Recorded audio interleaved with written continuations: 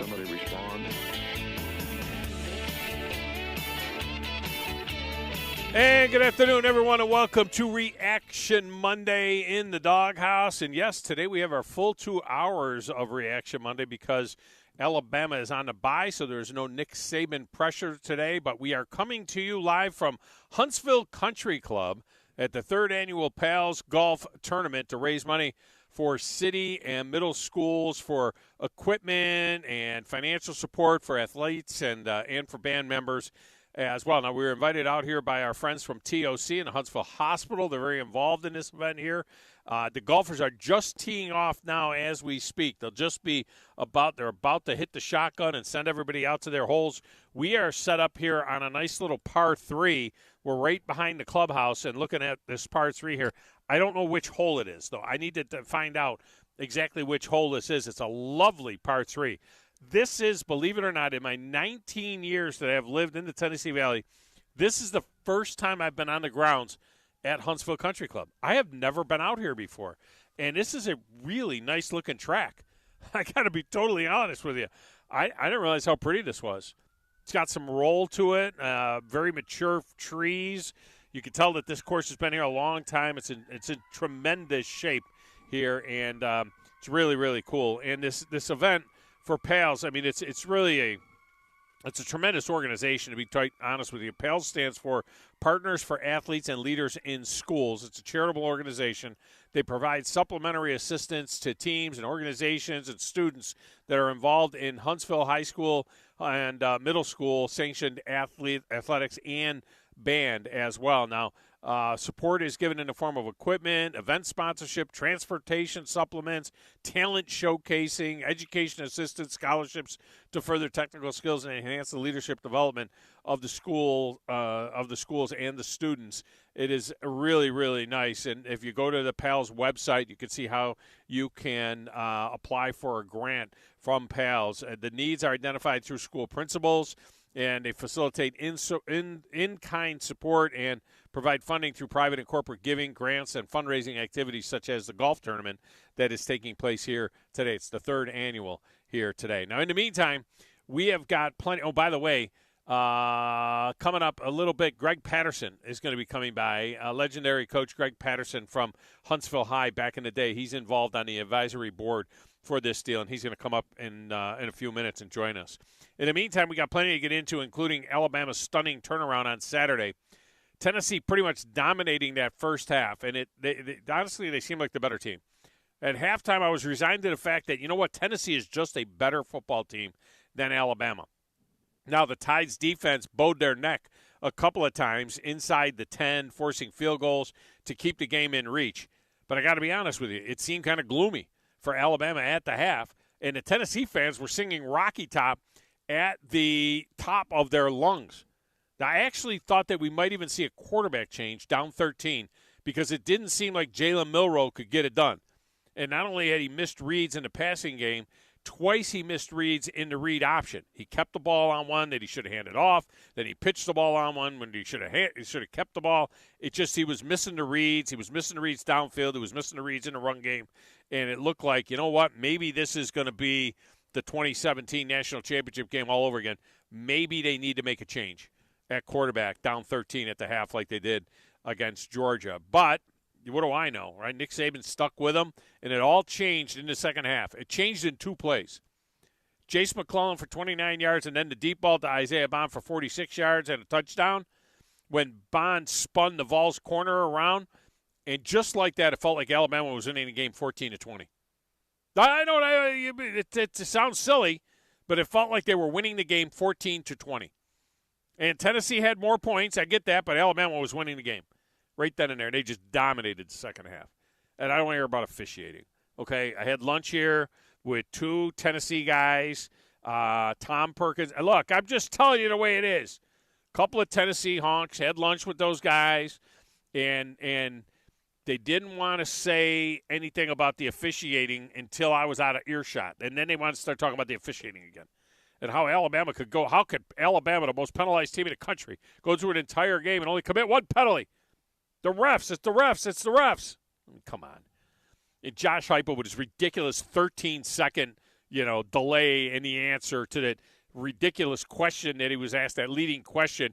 Well, it seemed like one team was playing, a ticky-tack touch, and the other team was playing Mortal Kombat. I mean, hey, what do you think, Josh? Get out of here with that question. It's ridiculous. I don't want to hear that crap. It's nothing to do with the officiating. Combat out there a little bit. I mean, did you feel like that it was a bit one-sided?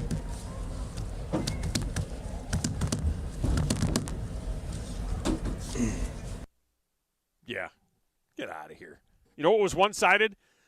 Alabama's defense against the Vols offense. That was what was one-sided in the second half especially. What was one-sided was the 27-0 comeback. That was one-sided. I would agree with Josh Heupel. It was very one-sided, extremely one-sided. I can't believe the officials didn't flag Alabama for batting that ball out of Joe Milton's hand. I can't believe that the officials let that guy scoop that ball up and take it into the end zone. I mean, come on, what are you doing there? How could you allow that? I can't believe the officials let Alabama. Why did they not give Tennessee a better spot, like a yard or two further than where they actually got the ball on all those fourth downs? I mean, come on, what kind of officiating is that? You're supposed to spot the ball 2 or 3 yards further than what you got. Come on now. Next question, yeah. Was that long enough silence? Yeah, I'll give you enough silence. The only thing that was silent was Tennessee's offense in the second half. That's what was silent. All right? That's what was silent. In any event, Alabama just dominated the second half. Milroe was a huge part of that. So was the beleaguered offensive line. Milroe made perfect reads on a couple of option plays, ripping off a couple of nice runs. McClellan did some damage. The defense got into the act. And you can bitch all you want about the officiating. 8 penalties on Tennessee. And the only one that was really ticky-tacky was that defensive holding on the out pattern to Jermaine Burton. That one was a little ticky-tacky. Alabama only flagged once, and that was when Seth McLaughlin double-clutched another snap. It's amazing what can happen when you play clean ball. Thom Luginbill of ABC and ESPN is coming up at the top of the one to talk about that and other results in college football this past weekend. We commented about how North Carolina being ranked ahead of Alabama last week was kind of ridiculous, and then they lost at home to 1-5 Virginia. Now, the Tide are now number 8 in both polls, and it seems like they're kind of stuck there. I mean, I'd love to see them against Oklahoma or Washington or Oregon or Florida State, all those teams that are ranked ahead of them. The computers actually place Alabama third behind only Michigan and Ohio State with the number 2 most difficult schedule in the country. Now, it'll be very interesting to see what the playoff committee looks like a week from tomorrow. None of that matters for Alabama. It really doesn't matter because all they have to do is get to Atlanta. They got to win the rest of these games, get to Atlanta, and then when they get to Atlanta, assuming they run into Georgia there, they've got to beat Georgia or whoever shows up there. I suspect it's still Georgia. I suspect that even with the tight end going down, Georgia's still going to beat Tennessee, and they're still going to beat Missouri. Maybe not, but I suspect that they're going to win those games. They're going to beat Florida. I would think that that's going to happen. By the way, I would accept an argument for Ohio State at number 1 or Michigan, but Ohio State clearly has the best win amongst the top 4 right now after beating an unimaginative Penn State team on Saturday. Phone lines are open 256-576-4977. You can text the show, 732-9TA show, 732-982-7469, which is a great way to communicate with us. My X feed is at Thom Abraham Show. The station's feed is at 97.7 ESPN. We are on Facebook at 97.7 ESPN. There is a link there to our YouTube channel, WZZN TV. And if you like and subscribe to that, you'll get notifications there. Just go to 977ESPN.com and get links to all of that stuff. And get the app. You need the app because you got to have links to Zone 2, 3, 4, and 5 as well. All our alternate streaming channels for more great programming. Another big weekend of college football coming up, or high school football coming up on, not only Thursday night. We'll have a game on Thursday night, but also 4 games on Friday night, plus the Havoc with their home opener after the Havoc took their first 2 games on the weekend out on the road.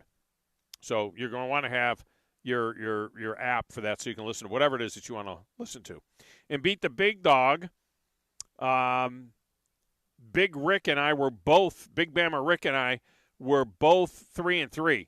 So I keep my tickets to the Music City Bowl in this week. The listeners and I are now tied at 23-25 against the spread on the season. Grizz actually picked a game up on me, going 4-2. Yeah, good job by Grizz. He still sits 3 games behind at 20-28, so he's still 8 games under the Mendoza line. And the guests are now 15-22, and just 1-4-1. So 1 out of 6 guests have been able to beat me. After John Boy Dewey Magoo came in at 2-4. Now in the trifecta, we have 3 winners who hit all 4 of the 3 games in the trifecta plus the bonus game. Jason and Harvest, Phil the Blacksmith, and the Phillip, believe it or not. They all got 2 points on the big board. Jason got the Champies, and Phil the Blacksmith gets the Corralejos, all right, where I'll be on Thursday. So come on down, Phil the Blacksmith, and I'll hook you up with your gift certificate at Corralejos. Other than that, we'd have to send it to you. And by the way, the crack hoe, hey, it's not. I'm not my. That's what they said. That's not an adjective. That's a noun. That's their name. What can I tell you? That's the name they got in with the crack hoe. They got 1 point. They hit the first 3 picks in that deal. All right, back there in that little glass booth, playing the platters that matter and the stacks of wax and answering the phones and keeping us on the air and giddy over the Falcons, who did everything in their power to lose that football game at Tampa Bay, but they get the win and now sit in first place in the NFC South. It's DJ Grizzy Grizz. Woo! Who in the blue hell are you? What is your name? Detective. It doesn't matter what your name is. I'm the producer of this show. If I didn't step up, you're nowhere. I put this thing together out of spit and polish. I mean, this is ridiculous. It's a radio show. It ain't a 1-hour television spectacular. I think this is one of the traits of a really good producer. Keep the talent happy. I'm all jacked up on Mountain Dew. Now, Tom. Hey, Tom. He may be the smartest person that I've ever met. Testosterone high today. What's that? Testosterone, whatever the it is. Testosterone. I wake up in the morning, I piss excellence. It really doesn't matter what you think. All right? It really doesn't matter what you say.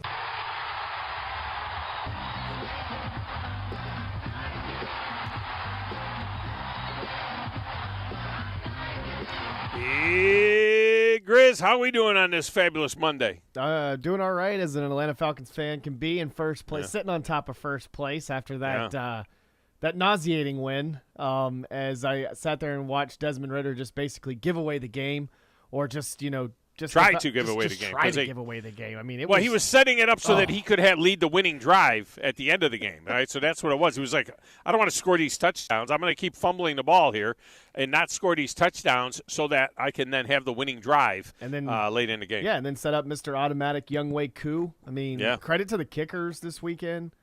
Dustin Hopkins hit like 3 50-yarders. He hit like a 45-yarder. Just absolutely dominated. And then you had Younghoe Koo, who's, seriously, a guy that's come from the Atlanta Legends, a guy that has been up and down through all these different teams.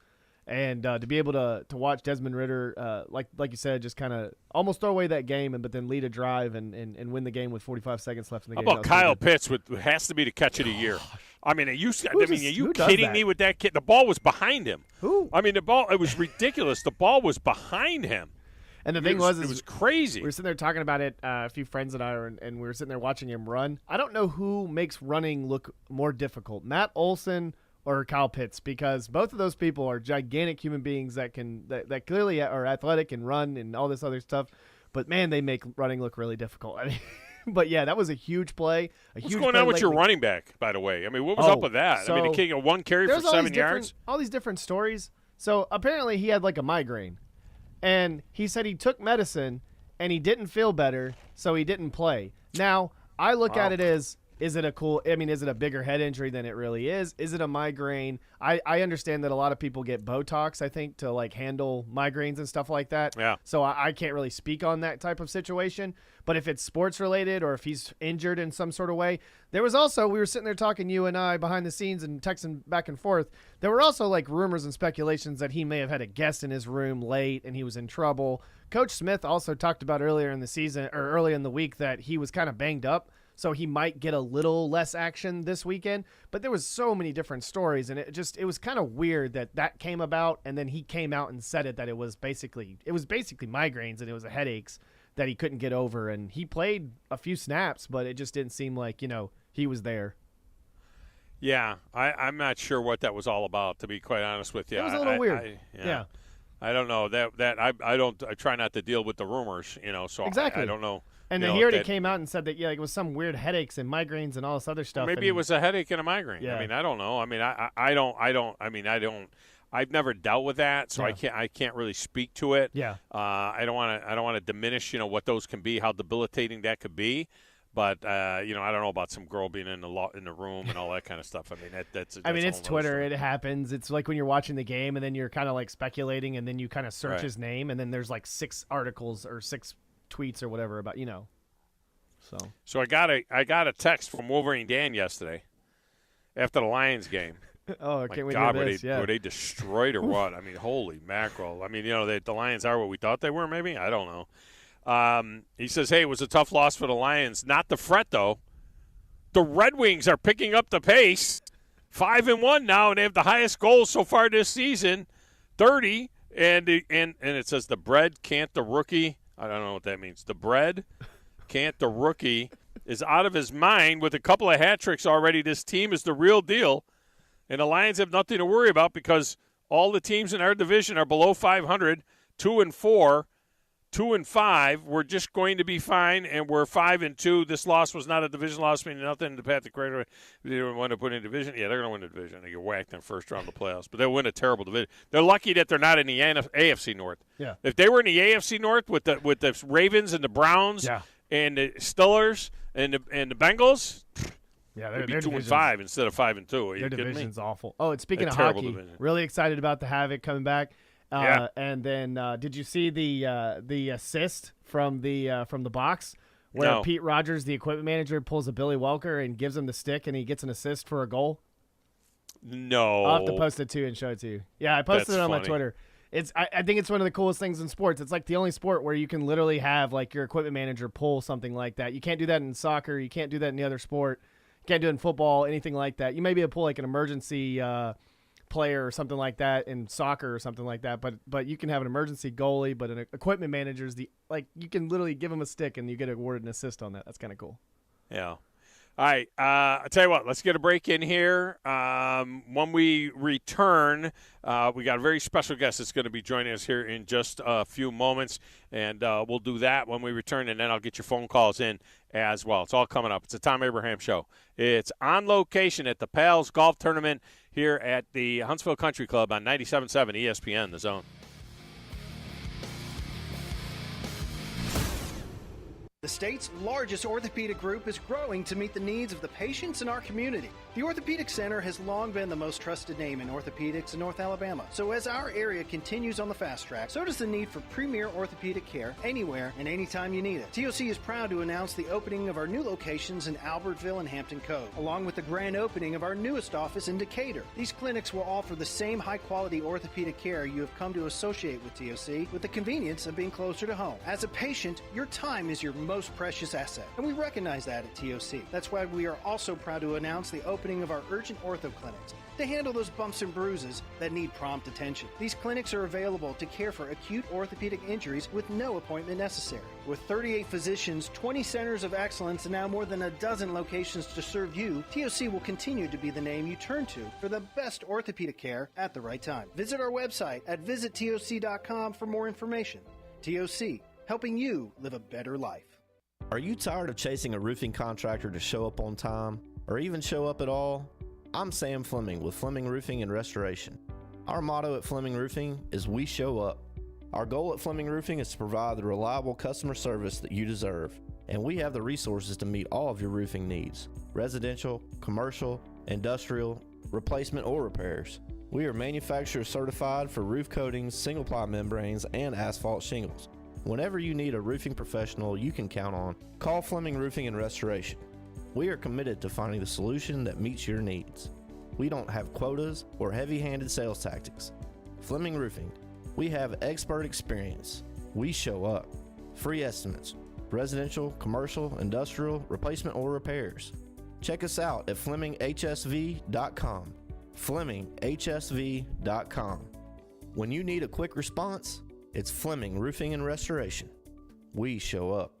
This is Wes Neighbors sitting here with Philip Love of not only Eagle Insulation, now he represents Eagle Companies. Eagle through the years have added several companies to help individuals or builders through their construction renovation process. Eagle is known to represent quality, efficiency, and professionalism. Philip, I know you do insulation, but do you do masonry? We do. Do you do grading, erosion control, and dirt hauled off? We do. Do you do after paint, which includes shower doors, mirrors, shelving blinds, and bath hardware? Yes, we do, Wes. Do you do landscaping and irrigation? Yes, we do. So basically, Eagle can help you all along your process of building your house or doing renovations. So do you do plumbing? We do not, Wes, but we can find somebody to do it. Just give them time. They'll be there. Anyway, call Eagle Insulation at 256-755-1556. Eagle saves you time. Eagle saves you money. Call Eagle today. Thanks, Wes. Kevin Harlan here from Westwood One, inviting you to join me and Hall of Fame quarterback Kurt Warner every Monday this season. It's Westwood One's 45th year of bringing you primetime NFL games, and the schedule is packed with great matchups. Plus, you'll hear Rich Eisen from the studios with interviews and the latest news around the NFL. Don't miss any of the action every week on Monday Night Football.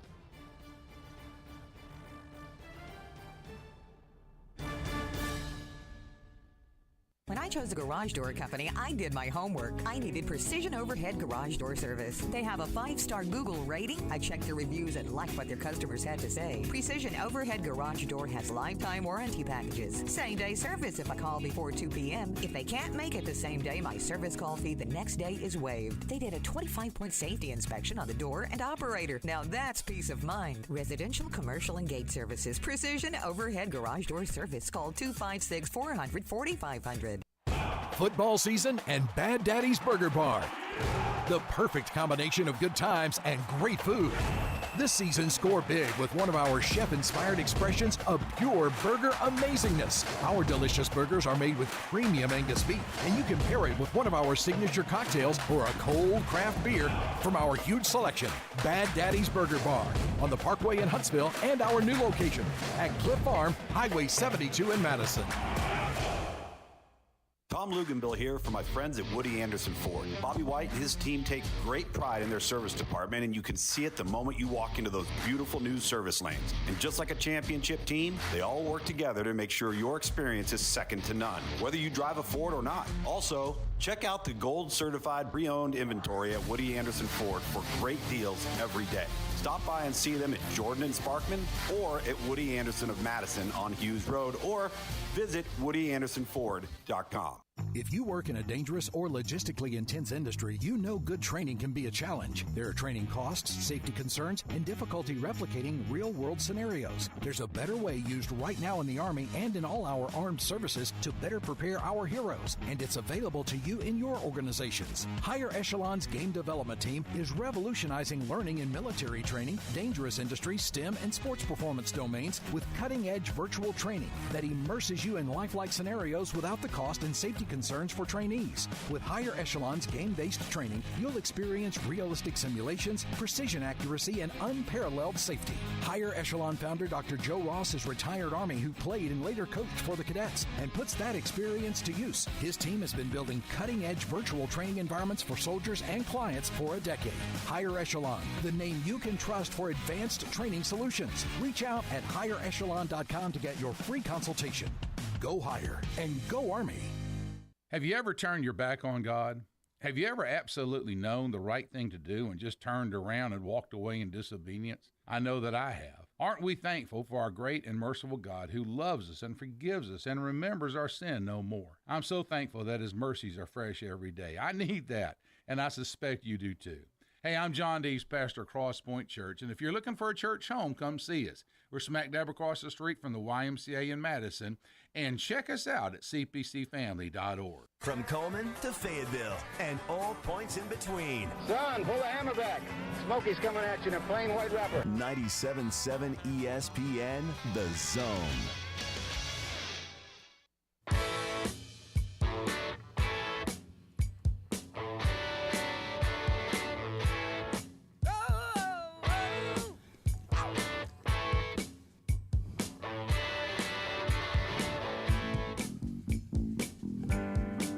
Welcome back, Tom Abraham Show. This segment of the show is brought to you by the Orthopedic Center. Use the orthopedic specialist that pretty much every high school in the region uses, and that is TOC Sports. Also, Alabama A&M and Huntsville Havoc rely on TOC as well, but it doesn't have to be a sports injury. It could just be a work accident, or maybe you're just breaking down a little bit. TOC is the right specialist for you. North Alabama's largest sports medicine provider is TOC Sports. Stay in the game with TOC Sports. Hopefully no one here at the golf tournament will need TOC Sports today. They are out here, but hopefully we won't need them for any injuries, that's for sure. We are at the Pals charity golf event here at Huntsville Country Club. It's a gorgeous day for it, and we are joined now by Greg Patterson, legendary coach Greg Patterson, of course, from back in the day at Huntsville High, and very involved on the advisory board with this tournament as well. Coach, welcome in. How are you? Thank you for having me here. I'm doing well. Well, I appreciate you joining us. I have a quick question first. I've been in the market 19 years, and I have never been here. And I'm a golfer. I'm ashamed to say I've never been out here to Huntsville Country Club in the 19 years I've been in the area. What hole is this right here, this little par 3? We're looking at hole number 10. That is 10. Okay, I thought it was either 1 or 10. Right. So this is 10. What a beautiful track. I mean, mature trees and great conditioning, some rolling hills and so on. This is a really nice joint. It's a very nice course. Yeah, it's a nice place. All right, explain to us a little bit about this PALS organization and how this all came about, because it really does a great work for the city schools. Well, PALS, we started this in 2011, and it kind of modeled a little bit off of what's going on in Birmingham. Edgar Weldon is the chairman of the Alabama Sports Hall of Fame, and he and a group of business people in Birmingham years ago got very concerned about some of the schools in Birmingham not being able to fund their athletic programs, and so they started what they call BAP in Birmingham Athletic Partnership. And they started helping fund their programs there, and he kept asking me, did we need any help in Huntsville? And I said, well, probably somewhat, maybe not as much as Birmingham. So for years he kept asking me about doing something here. And I said, well, if I ever get the right people to help me, I think I'll make an attempt at this, but I can't do it by myself. So I finally found some people willing to help me get it started. So we started working on it in 2011, but there's a lot of work in the beginning, and particularly getting your 501c3 approval paperwork with the government, getting all that set up so that you are truly a nonprofit. So it took us a year or so to put a board together, get all the paperwork done, find an attorney that would help us. We did all that. So we never really made any donations until the end of 2012. Mm-hmm. So we set up where we got a website. The coaches at the local schools can they apply for grants. Right. They look at what they need. We ask them to get quotes on what they would like to have. Mainly what we do is equipment and uniforms. Right. We want to buy stuff that's not for 1 year, but for 3 years and 4 years. So they buy, uniforms, equipment that'll last for a while, and they turn it into us. We review it. The majority of what they apply for, we approve, and then we let them buy it, and then we through their school, and then we reimburse them. PALS stands for Partners for Athletes and Leaders in Schools. In a way, I know people are listening to this and they're thinking the same thing I'm thinking a little bit. You're ahead of your time a little bit with something like this. This is kind of like a collective. This is like those NIL collectives they got at the colleges now, where a group of people get together, raise money, put some money in a fund, and then be able to fund things. Obviously, we're not funding athletes directly, but indirectly, and it really does speak to the problems that these athletic programs have, and bands and so on, that have in funding, that they just don't get very much funding. A lot of people might think, well, the school pays for all of that. Why don't they get the funding from the state? Well, the state don't get involved in that, and the schools, they do this. Having been a coach, coaches don't need to be fundraisers. Mm-hmm. They need the parents and the booster clubs to do that. And in today's society, there are so many absentee parents. Yeah. Okay. So a lot of the schools don't have parents that work as hard at doing that. So we are not the booster clubs for the schools. We want to supplement the booster clubs, okay? So we want to relieve some of that stress off of the coaches to raise money and maybe give a little relief some of the parent organizations. Well, we're going to help them, but we're not going to replace them. So this isn't necessarily money that would go to pay salaries and things like that. This is going for equipment. This is really everything being driven towards the kids. Right. It's to help the kids, relieve the coaches. And, for example, if a school asks us for a set of basketball uniforms, okay, they wear them for 2 years, and they start getting a little ragged. They hand them down. The JV and the freshmen wear them for 2 years. Mm-hmm. One purchase gets 4 years out of a set of uniforms. Right. Okay? Then they can decide from there what they want to do with them. So, same thing with we bought football helmets. We bought shoulder pads in some cases, baseball uniforms, other things like that. So soccer, we bought soccer uniforms. We bought quite a bit of cheerleading uniforms for some of the schools, helping them on that. So that's what we look for. The principal has to sign every request. We want the principal to know what their coaches are asking for. Right. So, well, I think, and we don't want to take away responsibility of booster clubs. I mean, I think it's very important that these schools have active booster clubs, and I'm sure you try to be as even as possible when you're doling this money out. But we don't want any school to think that, hey, you can just apply to PALS and get your uniforms paid for you. They still need to be raising money, and as all your years as a coach, how critical it is to not only have an active booster club, but to have an active leader of the booster club that takes that responsibility off of you and let them go and do, some of that fundraising. That is. We're not there just to totally fund every school because we can't do that. We have hit approximately, since our beginning, of $140,000 to Huntsville City schools, middle schools, high schools. And so we get these fundraisers like our golf tournament. That's the major thing. We have a few individuals in the community that give us some money each year. And for people listening, if you would like to be a donor to us, go to our website, and we'll be glad to accept any donations that you'd like to make to us. And we're truly a 501c3, and we're always looking for people to help. And we try to disperse this money out around the city to not one particular school. We spread it out, middle schools, high schools. Like I said, we've helped a couple of the band organizations. We've helped cheerleading, so wrestling, track and field. So it's not just football, basketball. It's a little bit of everything. It's palshuntsville.org, all right? So that's how you find it, palshuntsville.org.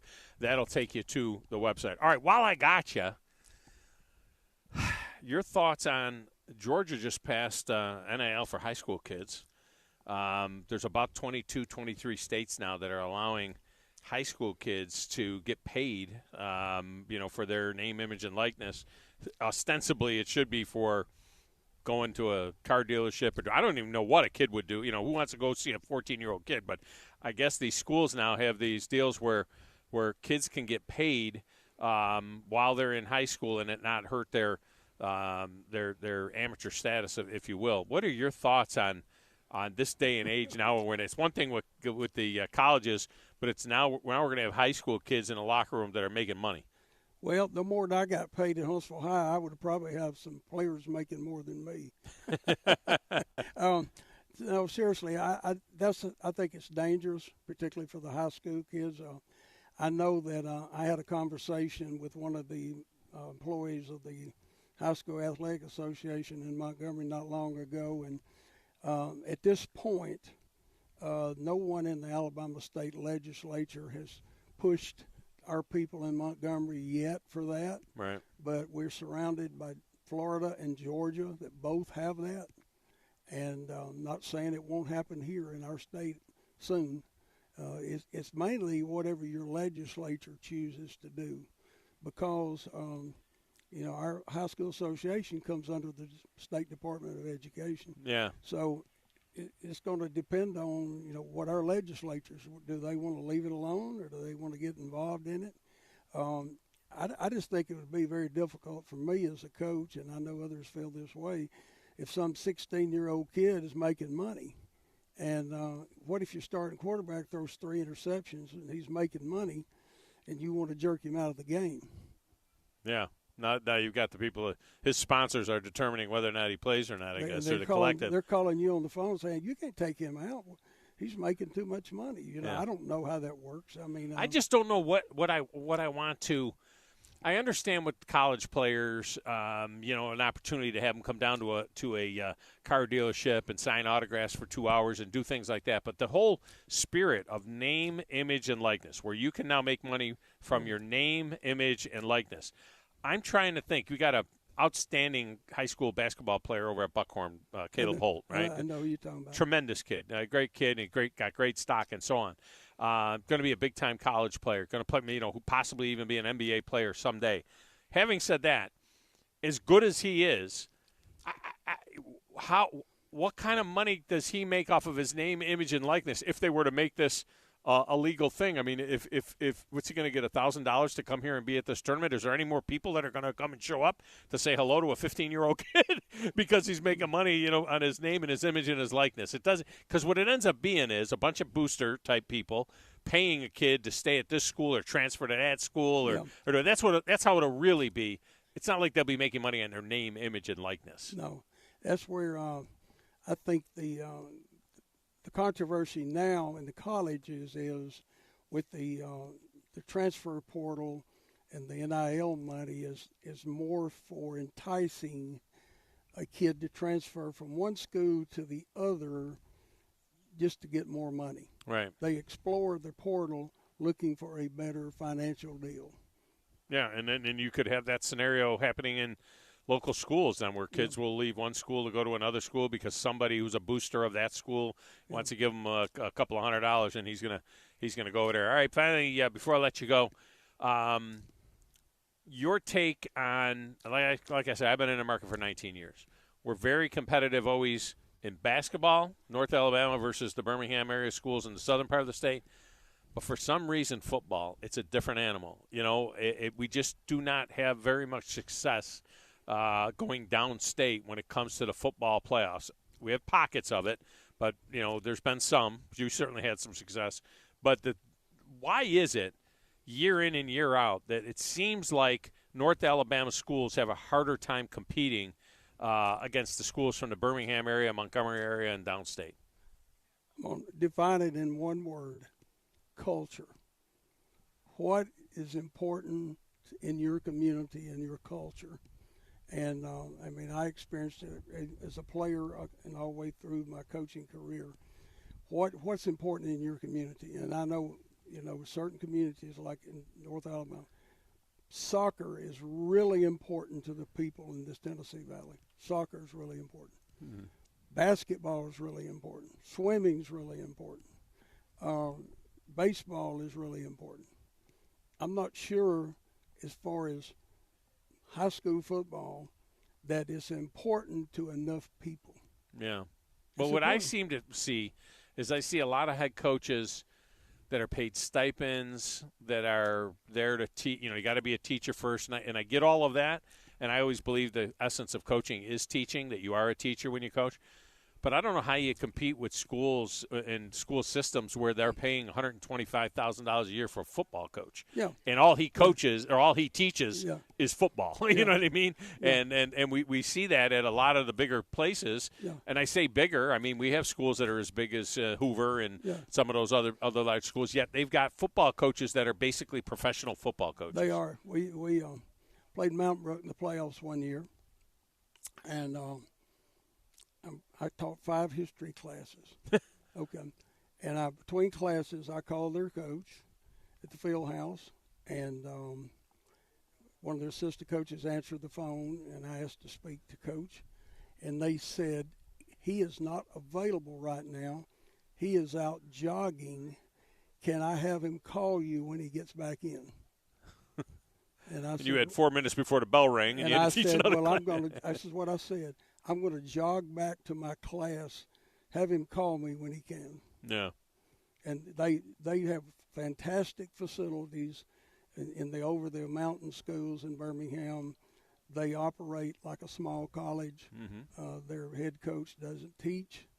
Their coordinators, if they teach a partial day in the classroom. They're working on football.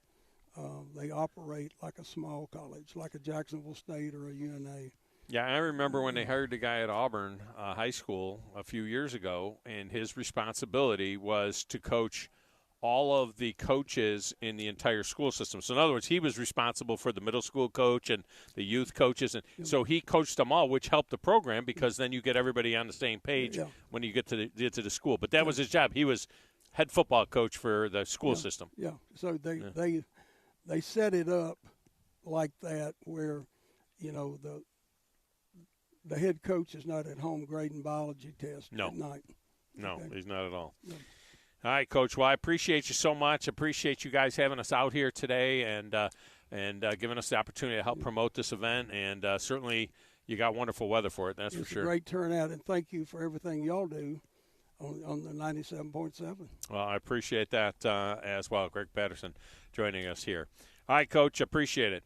We'll get a quick break in. When we come back, phone lines go open. If you want to jump in, this is the time to do it. 256-576-4977 on 97.7 ESPN, The Zone. Tom Abraham here for my friends at North Alabama Mortgage. Are you thinking about home improvements? Well, use your equity now and refi later. Or use your equity to eliminate consumer debt forever, then refi to a lower rate and shorter term when rates drop. North Alabama Mortgage can also help you if you're thinking about buying an investment property or a second home at the lake or the beach or in the mountains. We have great programs to make that happen. Visit NorthAlabamaMortgage.com to learn more. That's NorthAlabamaMortgage.com. These days, saving time is important, and saving money is even more so. That's where Eagle Masonry and Insulation comes in. Over the years, Eagle has expanded their services to meet the needs of folks like you in our area. If you need masonry, brick, stone, or block work, Eagle should be your first call. They can even help if your property needs grading, erosion control, and Eagle can handle dirt haul-off. Call Eagle Masonry and Insulation today at 256-755-1556. Eagle saves you time, and Eagle saves you money. You've got to experience Toyotathon at Bill Penny Toyota. They've got the selection with over 700 new Toyotas to choose from. And they've got the extras with Bill Penny perks and a 10-year unlimited warranty. So get on over to Bill Penny Toyota today and experience Toyotathon. Bill Penny Toyota in Huntsville and online at BillPennyToyota.com. Bill Penny's Toyota 10-year unlimited warranty is valid through the 10th year of ownership. Valid on new vehicles only. See dealer for details. With us today, Dr. Tracy Lowry of Best Vein Care of Huntsville. When we evaluate a patient and they indeed have significant venous disease, most third-party payers, private insurance, Medicare, require us to treat every patient conservatively at least 90 days. Conservative treatment includes increasing ambulation, elevation of the legs, and the wearing of compression stockings. It's very common for folks to come see us in March or April wanting to have their veins fixed before they go into swimsuits starting in June. When we see someone in March or April, they're going to require at least 90 days of conservative treatment before we can even go to the insurance carrier to get permission to treat their veins. So if you think you have a venous problem, now is the time to come in and get a free screening so we can determine whether or not you need something evaluated. If you have a vein problem or you think you may have a vein problem, now's the time to contact us at bestveincarehuntsville.com. The Lodge at Guntersville State Park. From the gorgeous long views of the lake from the Bluff Side rooms to dinner at the Pinecrest Room, Guntersville State Park needs to be on your bucket list this year. What an ideal place for a family staycation or a romantic getaway. Guntersville State Park has it all. This is a great time to book your visit, and depending on the time of year, you might want to bring the clubs and take in a round at Eagle's Nest. Make plans today to visit the Lodge at Guntersville State Park. If it didn't exist, you'd have to invent it. Guntersville State Park. Don't let your back or neck pain get in the way. Get back to doing the things you love with the spine and neuro team from Huntsville Hospital. As the most experienced in the area, we have been improving lives in North Alabama for more than 50 years. Whether your favorite fishing hole is on Wilson Lake in the Shoals, Flint Creek, or Lake Guntersville, Spine and Neuro is nearby to get you back to your best. Visit us online at spineandneuro.com to learn more. No representation is made that the quality of the legal services to be performed is greater than the quality of legal services performed by other lawyers. This is Wes Neighbors sitting here with Stan McDonald. Stan, tell everybody why you're the best damn dirt lawyer in North Alabama. Yes, Wes, at Jacob Title and the Stanton Law Firm. You know I'm a dirt lawyer, and a lot of our friends know that, which means we specialize in real estate. Now, if you own real estate or you're buying it or you're selling it, you need to do a closing, but a lot of times there's legal issues associated with that. We're a great group to talk to. My son, Lewis McDonald, heads our commercial closing division, and we approach your real estate needs very seriously. We seek to be the premier real estate closing company in North Alabama, and we do it in such a way it shows that we're experienced, we're for your success. We like to handle your real estate needs the same way Coach Dan Reeves used to say, never let them see you sweat. And that's going to be to your benefit, too, when you visit us at Jacob Title and the Stanton Law Firm. Our website online is jacobtitle.com. The Huntsville Sports Commission is driven by you, driven by those with grit, determination, and a goal to succeed. This is why we do what we do. The Huntsville Sports Commission promotes an enhanced quality of life in the Huntsville area through sports. We work hard to make sure those who come to Huntsville to compete have all they need to be the best they can be. The Huntsville Sports Commission. We do sports. Find out more at huntsvillesports.org. The best place to get 50s diner-style homemade delectables is Bubby's Diner. Located at 8412 Whitesburg Drive Southeast, try their all-new expanded breakfast menu with homemade waffles, omelets, and shrimp and grits. With 3 generations of experience, Chris Bubby Belcher has the best burgers in town. Don't forget to leave without a homemade pie or a hand-spun milkshake. Give Bubby's a call today at 256-513-8080. Bubby's Diner, home of the donut burger. From the Fox 54 Weather Center, I'm meteorologist Emily Owen. For this Monday night, expect a quiet night across the Tennessee Valley. We'll sit under a partly cloudy sky. Low temperatures are expected to fall into the mid and upper 50s for the overnight. Looking ahead into your Tuesday, mostly sunshine expected. High temperatures going to be topping out in the upper 70s for the afternoon. It could also be breezy at times with gusts up to 20 miles per hour possible. I'm meteorologist Emily Owen on your home for ESPN Radio 97.7 ESPN, The Zone. Hi, this is Eli Gold, voice of the Alabama Crimson Tide. Join us every week for Alabama football right here. Listen to Alabama football all season long on 97.7 ESPN The Zone.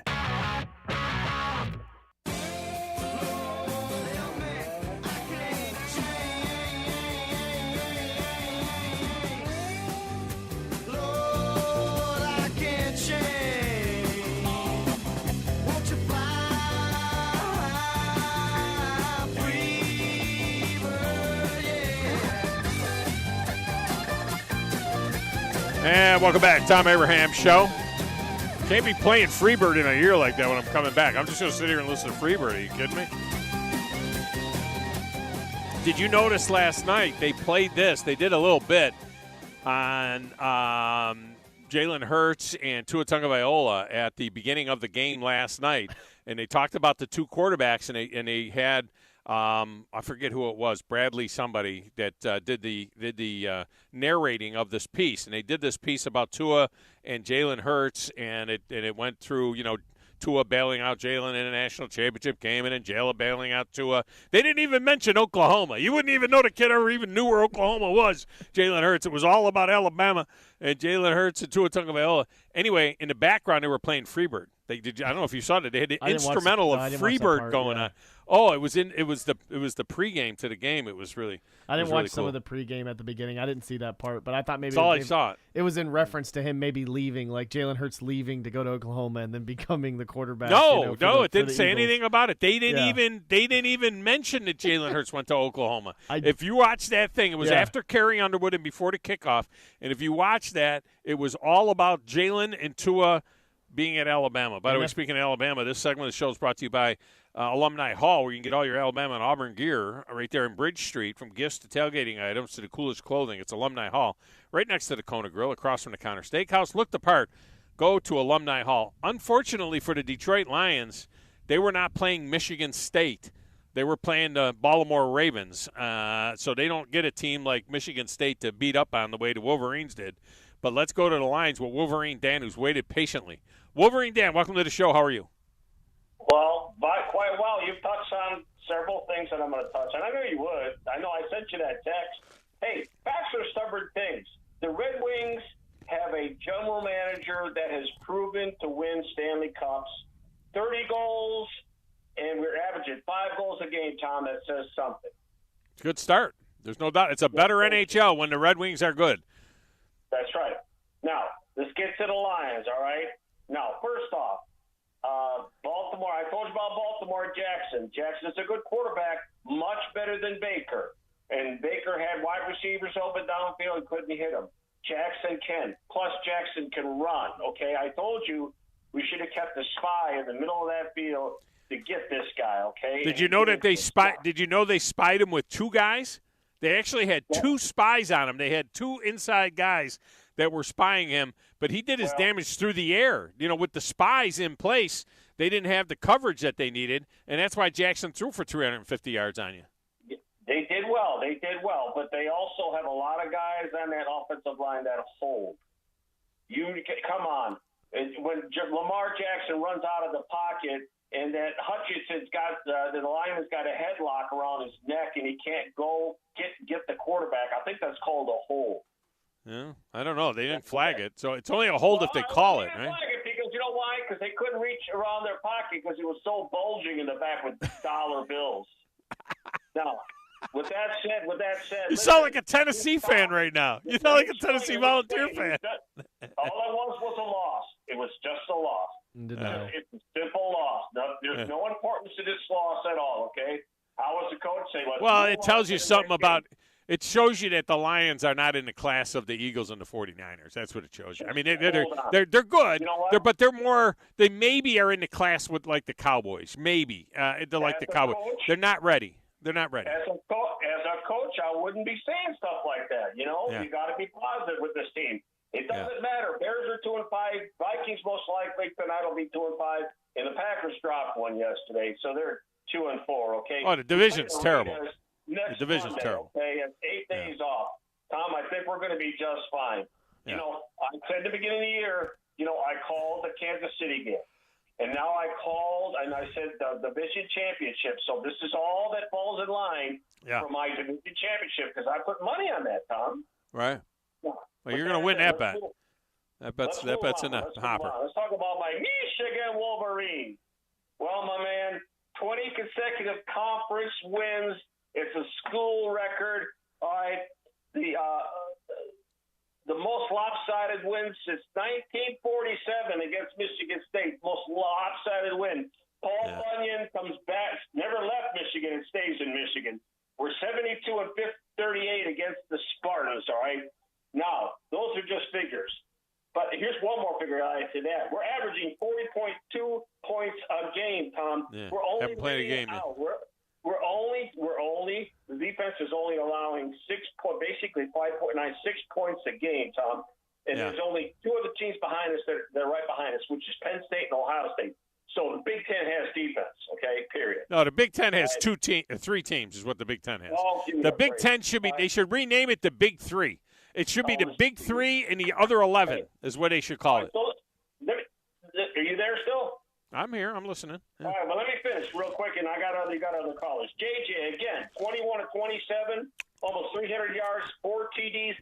We're tight end central. You got Loveland and Burner, okay? Burner should have had 2 touchdowns. It was called back because of the illegal procedure for Edwards in the backfield. Loveland had 2 TDs, the tight ends, all right? So what I'm trying to say, and Corum's always good for a touchdown. He got a touchdown. Tom, I'm telling you, I know, you're always saying we're playing nobody, but I can't wait. I really want to play these teams. So when we you're going to get a chance. You're going to get a chance. It's just we can't. We're sitting here breaking down how the tight ends did against the freaking Michigan State team that was a 25-point dog that got beat by 49. Michigan State's a mess. I mean, they're a mess. All you could say about Michigan is they just keep winning. They're pounding the people they're playing, and they keep winning and they keep moving on. And they're a good team. There's no doubt about it. But we're not going to know anything until they play those other 2 teams.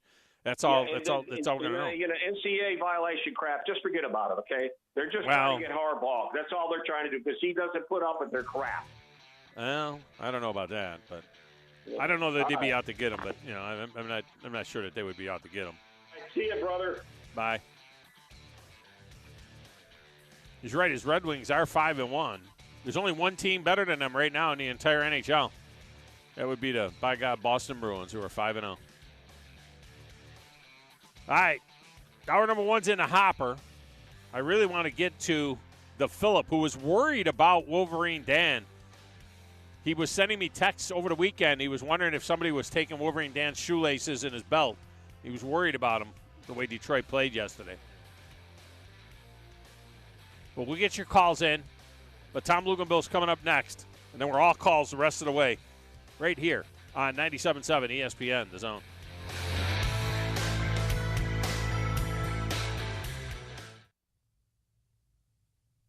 This is SportsCenter.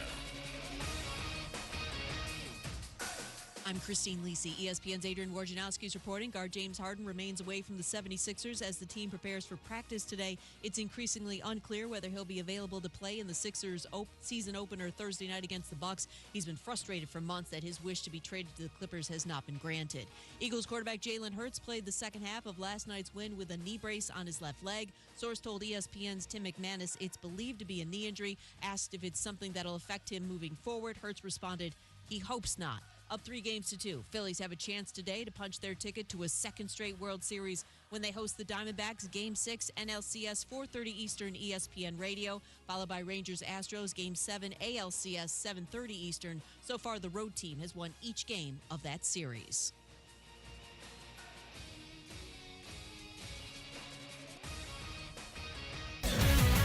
WZZN, Union Grove, Huntsville, Alabama. 97.7 ESPN, The Zone. The state's largest orthopedic group is growing to meet the needs of the patients in our community. The Orthopedic Center has long been the most trusted name in orthopedics in North Alabama. So as our area continues on the fast track, so does the need for premier orthopedic care anywhere and anytime you need it. TOC is proud to announce the opening of our new locations in Albertville and Hampton Cove, along with the grand opening of our newest office in Decatur. These clinics will offer the same high-quality orthopedic care you have come to associate with TOC, with the convenience of being closer to home. As a patient, your time is your most precious asset, and we recognize that at TOC. That's why we are also proud to announce the opening of our urgent ortho clinics to handle those bumps and bruises that need prompt attention. These clinics are available to care for acute orthopedic injuries with no appointment necessary. With 38 physicians, 20 centers of excellence, and now more than a dozen locations to serve you, TOC will continue to be the name you turn to for the best orthopedic care at the right time. Visit our website at visittoc.com for more information.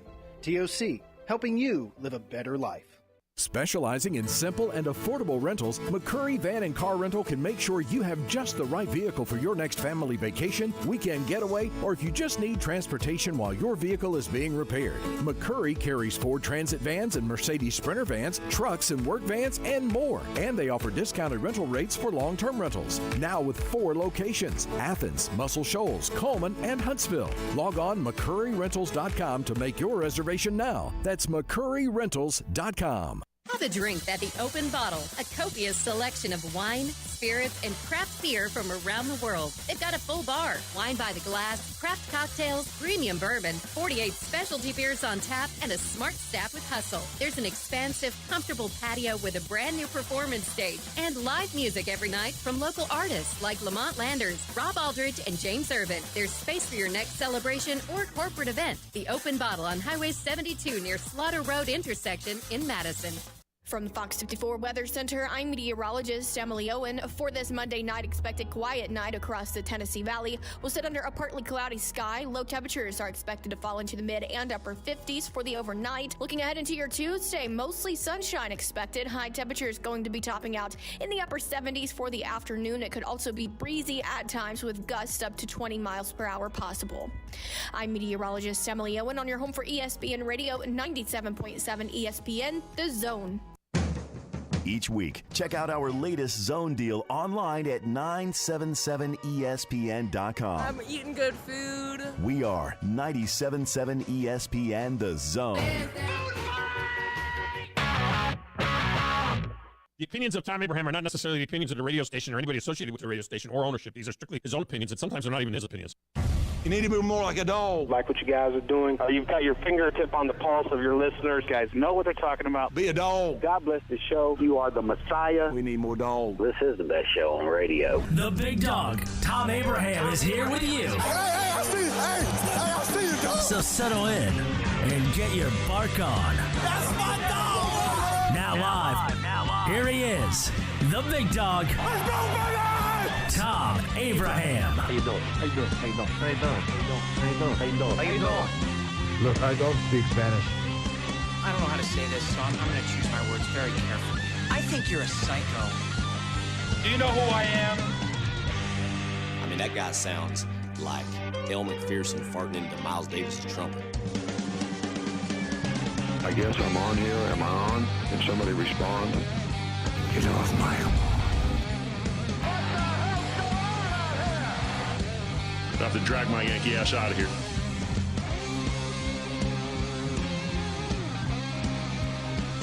And welcome back, hour number 2 of the Thom Abraham Show, on location at the Huntsville Country Club. Man, is it beautiful out here today. Just a gorgeous day, 78 degrees, high wispy clouds. We are set up alongside the 10th tee here, a nice little par 3 hole.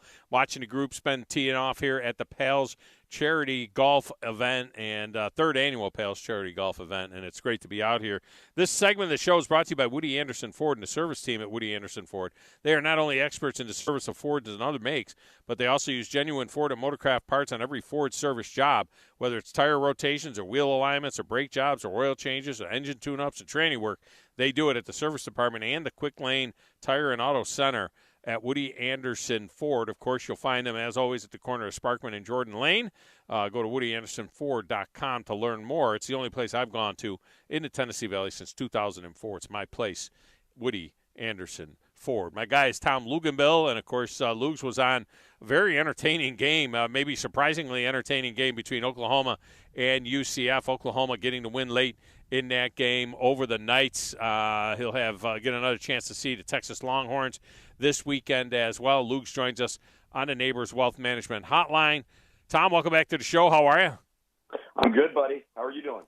I am fantastic. You guys had a very entertaining game to get the day started for sure. And I don't know if many people saw that coming, and I don't know what to make of it either, because here is an Oklahoma team that was playing a kind of a middling UCF team that I think came into that game. What were they? Maybe 3-4, something along those lines. 3-3, yeah. 3-3 coming into that game, and I thought that Oklahoma would just take care of business, and it didn't really go that way. Just talk about what you saw out of the UCF Knights and how close they were to actually knocking off the Sooners.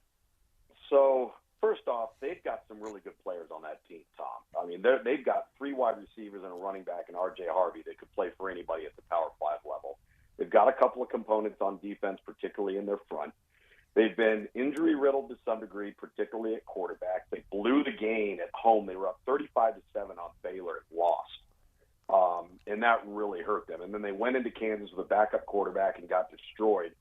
I just think they came out with nothing to lose, everything to gain. And I said to you last week, as impressive as Oklahoma has been and as impressive as they were versus Texas, you get that 2-week lull of basking in the glow of everybody telling you how good you are.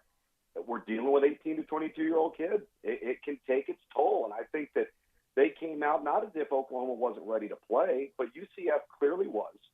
And it was just one of those games where Oklahoma was struggling. They couldn't run the football, which they were hopefully expecting to do. UCF, a lot of people don't realize, is the number 1 ranked rushing team in the Big 12, 3rd ranked rushing team in all of college football, and were able to run it on Oklahoma. So I think, UCF's 3-4 record as they move from the Group of 5 to the Power 5, it's a little deceptive. I think they got plenty of games ahead that they can still win. It was a well-coached game. Came down to the 2-point conversion. I thought it was a bad play call in terms of the selection of the play. But John Rice Plumlee got him in position, threw the touchdown there with about 1:12 left, and couldn't convert the 2 points to tie it. Yeah, and it's interesting. The Houston Cougars, which were also a 3-3 team when they played Texas this past week, they gave Texas fits as well. And I'm wondering if, I'm not a huge believer in the, intangibles. I do think that there is something for revenge and focus and things like that. But I do find it interesting that some of these teams that have moved from the Group of Five to the Power Five in the Big 12 were trying to send, they're giving their full attention, if you will, to Oklahoma and Texas respectively, saying that, you know what? Yeah, maybe you guys are leaving, but we're right there with you. We could play with you guys, and we're in our first year in the Big 12. I don't think it's ironic that we're seeing teams like UCF push Oklahoma and Houston push Texas. I don't think so either, and especially that Houston-Texas game being in Houston. They packed it out. It was a difficult environment.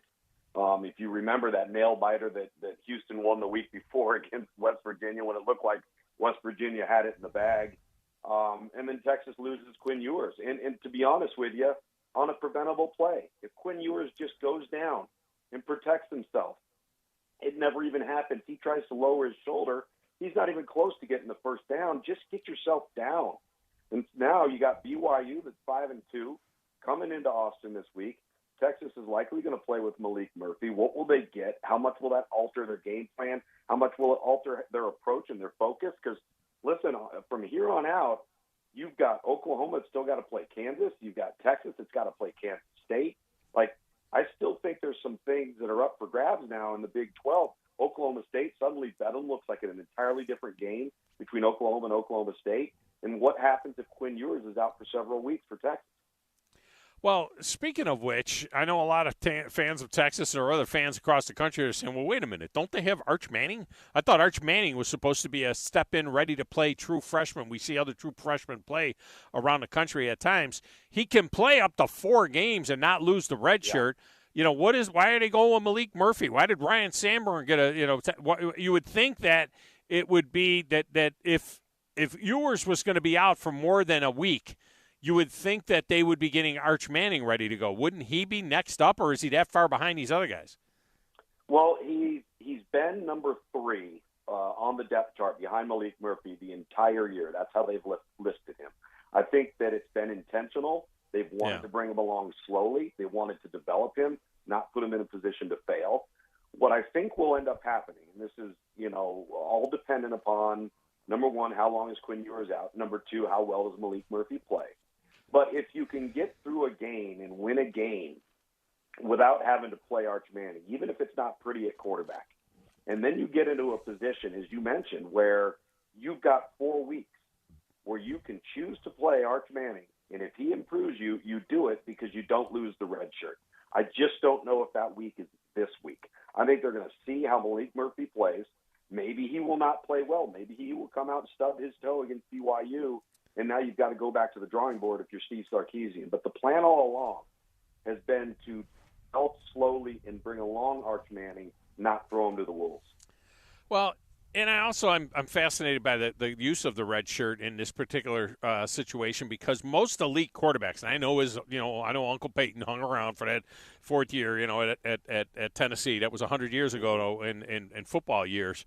If Arch Manning is all that in a cup of soup, he's a 2-year guy anyway, So it's like, why are they so worried about? He's not going to be there for his senior year.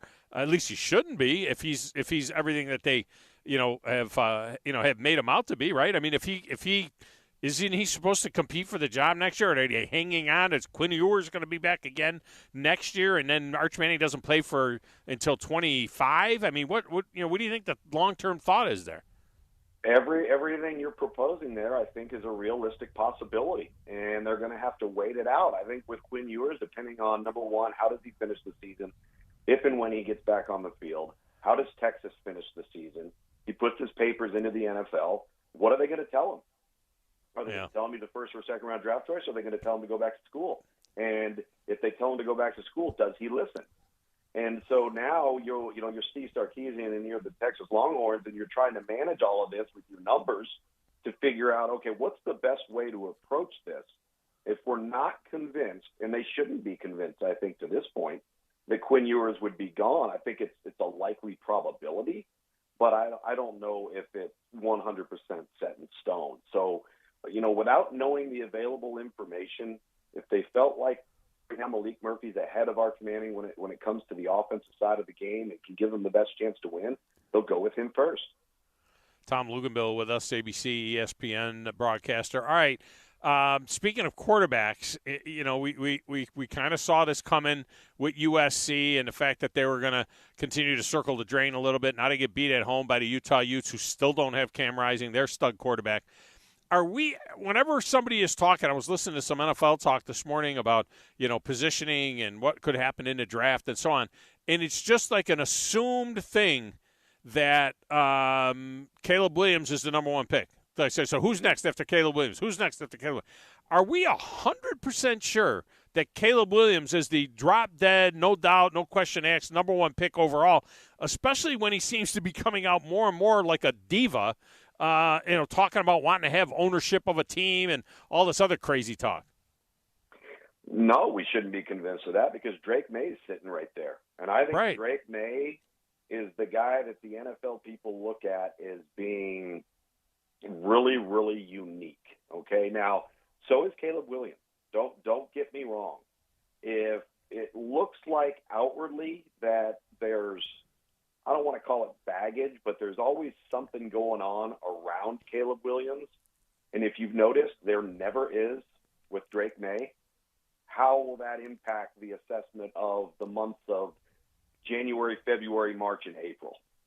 Because that's when things will really get dialed in on the background and who's pulling the strings and how do these guys treat people and, what's really important and uncovering all of the different variables that go into draft prep, okay? But, I think what we're seeing with SC is that what's finally happening is he can only take them so far because the defense is so poor. They're not plus 22 in turnover margin like they were a year ago. And the reality is, without Caleb Williams, they might be a 5-7 football team. I mean, Tom, look at the remainder of their schedule. What's more likely? They win out or they lose at least two? I think they'll drop at least one of them. I mean, they might, maybe two. Yeah.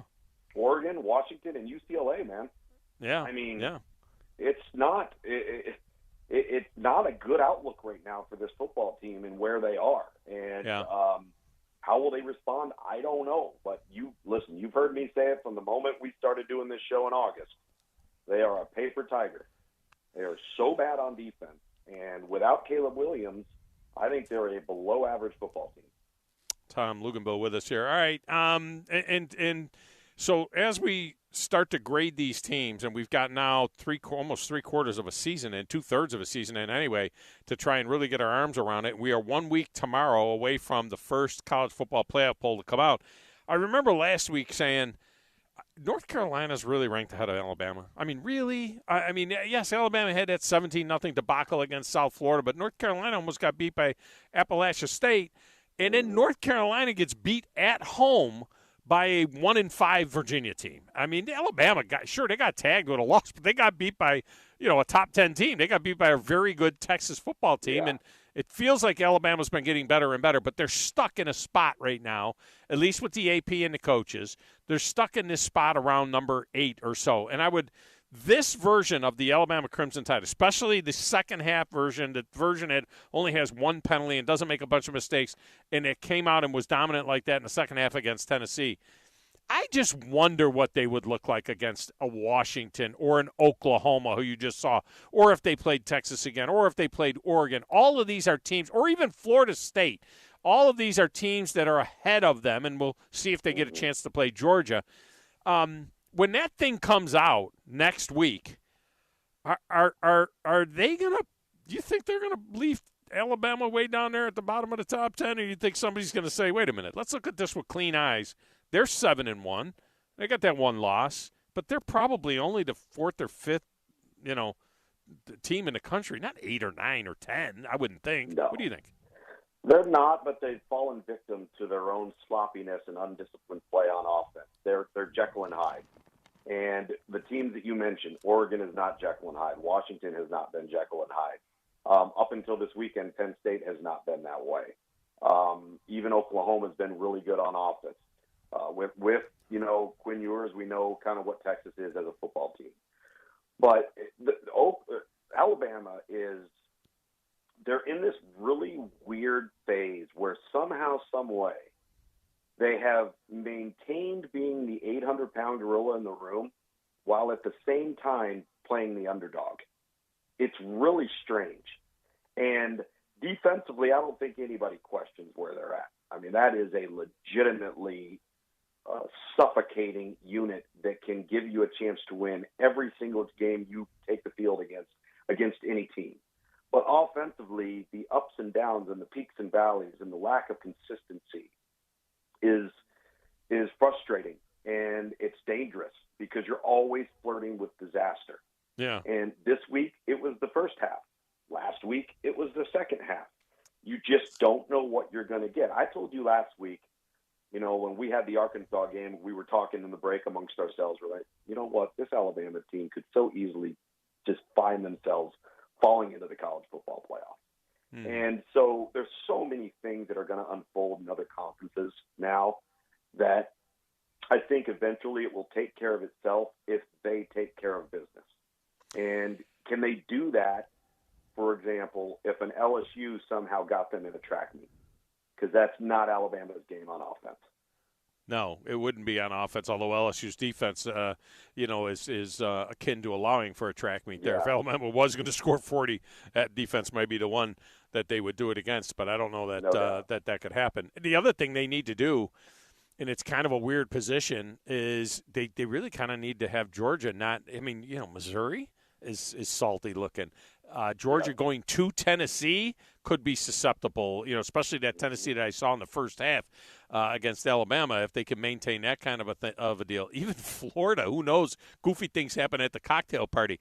They need Georgia to keep winning. They need Georgia to get there because it's going to be really weird if it ends up being – if Alabama could get to Atlanta, I guess it doesn't matter. I guess anybody they beat, a 12-1 Alabama team is going to have to be put into the playoff if they're a conference champion, I would suppose. Even if it was Missouri or rematch with Tennessee or whatever, they're not going to deny that. But they really would be a lot better, I think, if Georgia were to stay up there.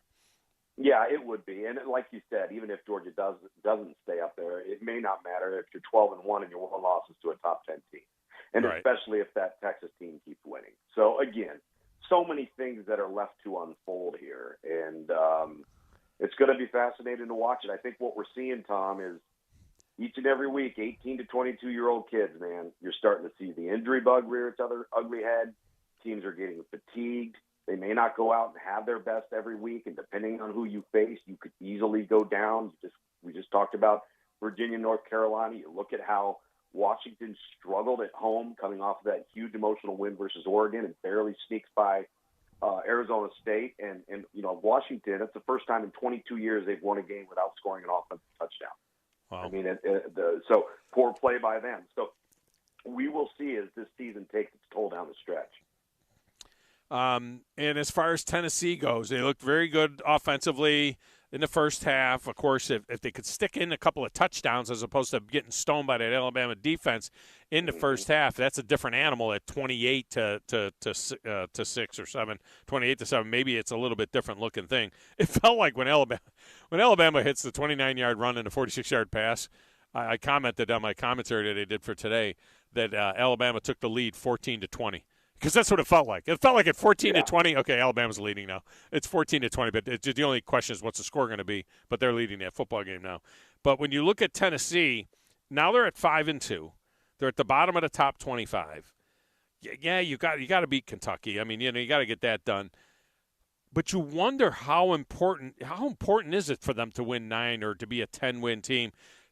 How long do you stick with Joe Milton? How long before you do bring a Nico in and when you're down to 4 games left and he can't burn a red shirt? I mean, at some point in time, do they start looking at that kid and say, you know what, let's get him some reps and get him ready to go? Because Joe Milton is Matt Hasselbeck at the Tennessee Titans, where he'll get you 9-7 season, but you're not going anywhere. Joe Milton will get you 9 wins. So what? At what point in time do they turn a page on that kid? Well, you hope he will, because I think what we've seen out of Joe Milton is exactly what you get. Up one series, down the next. Up one half, down the next. He was like that at Michigan. He's been like that at Tennessee. For all of his athletic gifts, he's extremely streaky and erratic. So a lot of the answer to that question really, truly depends on what the coaches know that none of us, the rest of us, know about whether a guy is ready. And I'm not talking physically. But if you have any trepidation about throwing a guy out there that maybe is still a little wide-eyed, that you feel could be prone to make mistakes, that you feel maybe not have the awareness because he hasn't played in certain game situations or field position situations, you're going to be hesitant to do that. Now, if Joe Milton continues to regress, because Joe Milton in the first half was really, really sharp. Joe Milton in the second half looked like the Joe Milton we see more often than not. But if he continues to take on the persona of what he showed in the second half, then I think if you're Josh Heupel, you have to be playing for the future and get that kid some valuable reps. You don't want to do it to the detriment of your team, but you also have to weigh, are we going to be any worse? I mean, that's a question you have to ask yourself. Yeah, there's no doubt about it. All right, and finally, Auburn. I know some people are frustrated and are like, okay, when is Hugh Freeze going to turn this thing into, start turning out some wins? And look, they're exactly where most people thought they would be at this point in time in the season, right? It's like can you split the Mississippi games? They've won the 3 non-conference games. They've lost all the conference games that you would expected them to lose, And now it was, can you split Ole Miss and Mississippi State at home? They lost the game to Ole Miss, hung in there a little bit, and now they got Mississippi State coming in. They should be, they should have an opportunity to win that game, win it at Vanderbilt, and then that Arkansas game becomes the toss-up game. They should beat New Mexico State at home, so that Arkansas game becomes the game that will put you in a bowl game. I mean, you really can't get that upset with where Auburn is right now because they pretty much are exactly where everyone expected them to be, right?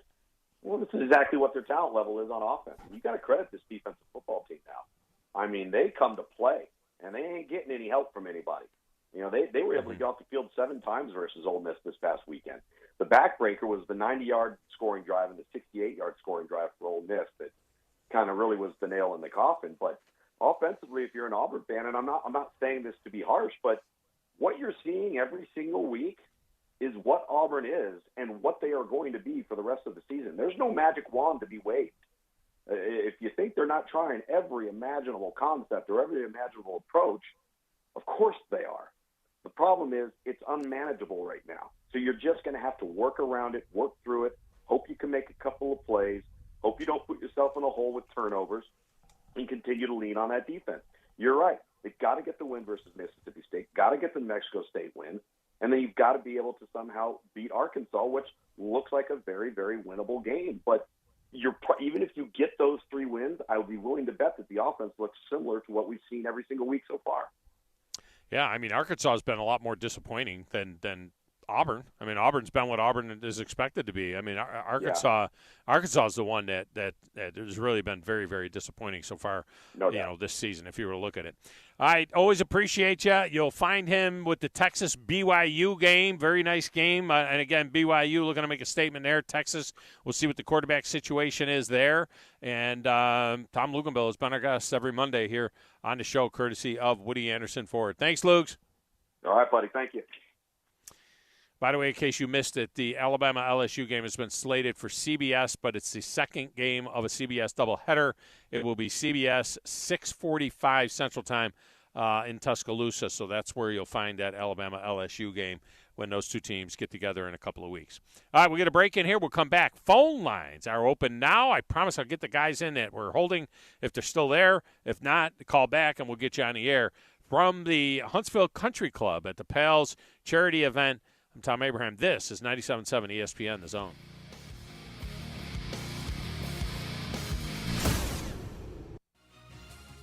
You're listening to the Thom Abraham Show on 97.7 ESPN, The Zone. Is your AC system or heating unit making those sounds that go bump in the middle of the night? Thomas here from Talon Heating and Air again. Thomas, you guys are just a phone call away from keeping those ghosts and goblins from causing nightmare problems. That's right. We're offering a $59 special right now to do a heating tune-up. That's getting your air conditioner or your heater ready for the wintertime. We're also doing a free gas safety inspection along with that. So if you have gas in your home, we have Master Gas here on staff. We're certified with the state to take care of all your gas issues. So we're going to throw that in with that $59 tune-up. And if you can get that tune-up now, it'll be ready to go once the cold temperatures set in. That's right. Yeah, all you have to do is give us a call at 256-503-4490. Visit us at our website, talenthvac.com. We'll be more than happy to get out there and get you tuned up. One more time with the phone number. 256-503-4490. Talent Heating and Air. Don't let those heating and cooling units go bump in the night. AL cert number 21014. Did you know that Valley Equipment Rental also specializes in day and weekend rentals to homeowners? The weekend rentals is by far the best deal that they offer. If you pick up after 2 on a Friday or anytime Saturday morning, it's not due in until Monday morning before 8 a.m. for a one-day charge. For a small fee, Valley can even haul anything they carry. Valley has extremely experienced and knowledgeable staff that can help you decide what size machine you need or what type of machine you need to get your job done like a pro. They have all the big items that the contractors need for their jobs, but they also carry the small tools that can help you with your DIY project. More importantly, Valley is locally owned and operated, which means when you have an issue, you can get someone on it right away, right here in the Valley. Heck, ask for Ross Roberts, the owner, if you like. Try calling one of the big box national outlets and ask for the owner. That's if you could even get through the automation. Buy local. Buy Valley Equipment Rental. Valley Equipment Rental has 2 locations, one on the North and South Parkway. Learn more at valleyequipmentrents.com. The kitchen is the heart of any home. It's where the family gathers. It's where kids discover old recipes and make them their own. Just starting out or just now getting started on the dream kitchen you've always wanted? I'm Chris Haygood, and from all of us here at Bob Wallace Appliance to the home builders and the homeowners of the Huntsville area, a heartfelt thank you for buying local. We're in Huntsville, Florence, and Coleman, and online at bobwallaceappliance.com. This is Wes Neighbors sitting here with Philip Love of not only Eagle Insulation, now he represents Eagle Companies. Eagle through the years have added several companies to help individuals or builders through their construction renovation process. Eagle is known to represent quality, efficiency, and professionalism. Philip, I know you do insulation, but do you do masonry? We do. Do you do grading, erosion control, and dirt hauled off? We do. Do you do afterpaint, which includes shower doors, mirrors, shelving blinds, and bath hardware? Yes, we do, Wes. Do you do landscaping and irrigation? Yes, we do. So basically, Eagle can help you all along your process of building your house or doing renovations. So do you do plumbing? We do not, Wes, but we can find somebody to do it. Just give them time. They'll be there. Anyway, call Eagle Insulation at 256-755-1556. Eagle saves you time. Eagle saves you money. Call Eagle today.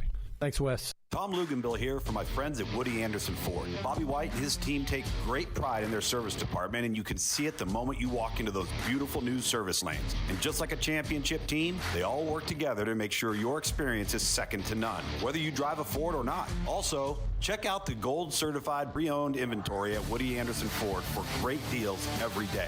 Stop by and see them at Jordan and Sparkman or at Woody Anderson of Madison on Hughes Road, or visit WoodyAndersonFord.com. If you work in a dangerous or logistically intense industry, you know good training can be a challenge. There are training costs, safety concerns, and difficulty replicating real-world scenarios. There's a better way used right now in the Army and in all our armed services to better prepare our heroes, and it's available to you in your organizations. Higher Echelon's Game Development Team is revolutionizing learning in military training, dangerous industry, STEM, and sports performance domains with cutting-edge virtual training that immerses you in lifelike scenarios without the cost and safety concerns for trainees. With Higher Echelon's game-based training, you'll experience realistic simulations, precision accuracy, and unparalleled safety. Higher Echelon founder Dr. Joe Ross is retired Army who played and later coached for the cadets and puts that experience to use. His team has been building cutting-edge virtual training environments for soldiers and clients for a decade. Higher Echelon, the name you can trust for advanced training solutions. Reach out at higherechelon.com to get your free consultation. Go Higher and go Army. Injuries at work happen all the time in Alabama. So do motor vehicle and slip and fall accidents. If you're hurt at work or injured in an accident, I want you to call my good friends at Pond, Lehocky, Giordano. That's Pond, Lehocky, Alabama's injury law firm. They got your back just like they've got mine. For personalized legal support, reach out to Pond, Lehocky at 855-774-3838 or pondlehocky.com. No representation is made that the quality of the legal services to be performed is greater than the quality of legal services performed by other lawyers. dealers. Tom Abraham here for my friends at North Alabama Mortgage. Did you know that average home equity is at an all-time high? But so is average consumer debt. Even though rates are higher now, you can use your equity to pay off your high consumer debt, student loans, etc., then refi when the rates drop. Don't put off that new home purchase. When rates drop, prices will go up. Buy now and get the best price and then refi when the rates drop. This is the time to talk to the experts at North Alabama Mortgage. Visit northalabamamortgage.com for more information. From the Fox 54 Weather Center, I'm meteorologist Emily Owen. For this Monday night, expect a quiet night across the Tennessee Valley. We'll sit under a partly cloudy sky. Low temperatures are expected to fall into the mid and upper 50s for the overnight. Looking ahead into your Tuesday, mostly sunshine expected. High temperatures going to be topping out in the upper 70s for the afternoon. It could also be breezy at times with gusts up to 20 miles per hour possible. I'm meteorologist Emily Owen on your home for ESPN Radio 97.7 ESPN, The Zone. Online at 977ESPN.com. Stream them online. Call in. It's an important job, and it's an vital organization. Tweet in and join in. We are 97.7 ESPN The Zone.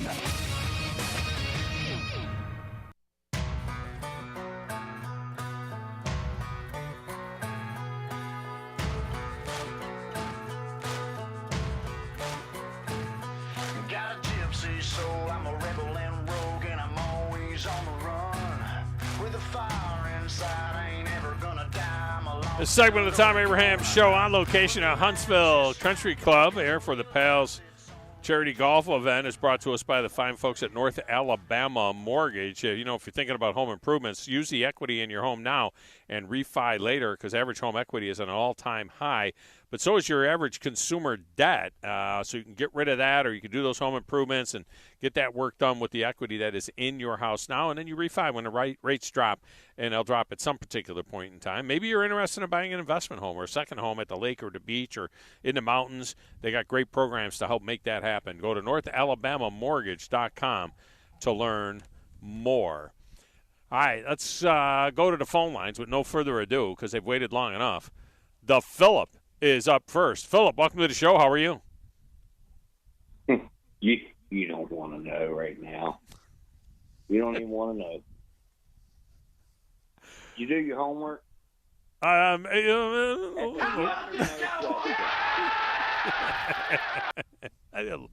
watched a little bit of it. I watched some, a little bit. Nah. Just a little bit.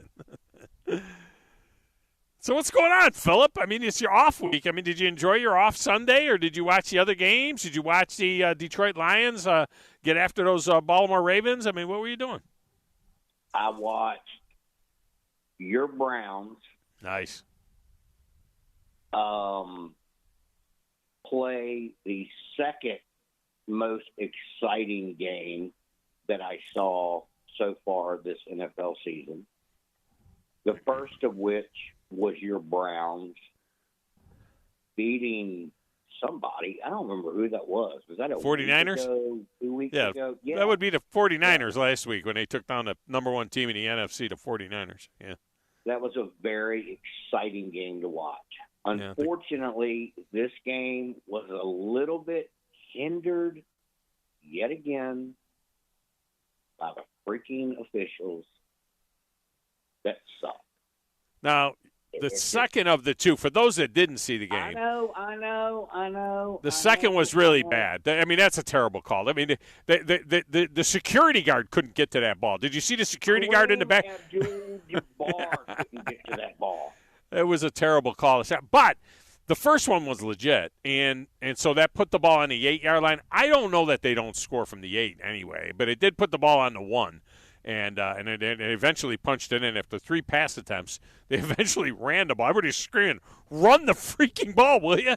And they were trying to pass it in, and they couldn't pass it in. And finally, they run it in on 4th down and hang on for the win. But yeah, I mean that was certainly exciting. So far, your Browns have been the two most exciting, not necessarily exhilarating. I mean, Cowboys putting 40 to nothing on the Giants. That was exhilarating. Yeah. But as far as excitement goes, the Browns were a part of the best two that I've seen so far this season. Yeah, and they're doing it with smoke and mirrors on offense because they're down to their second and third string running backs. They're down to a third string quarterback that was playing in the XFL. I'm fearful that they have made a horrible, horrible mistake trading 3 first-round draft picks for Deshaun Watson. I don't know that Deshaun Watson's ever going to return to the level of play that he had with the Houston Texans. And even when he played great for the Houston Texans, they were 4-12. You know what I mean? He had a great year, but they were 4-12. I don't know what they got in Deshaun Watson. I'm afraid they've made a bad mistake. Well, I know who else has made a bad mistake, and that's the networks. You know what the worst team in football is? The worst team in the NFL? The worst team in the NFL, and they get more airplay than anybody.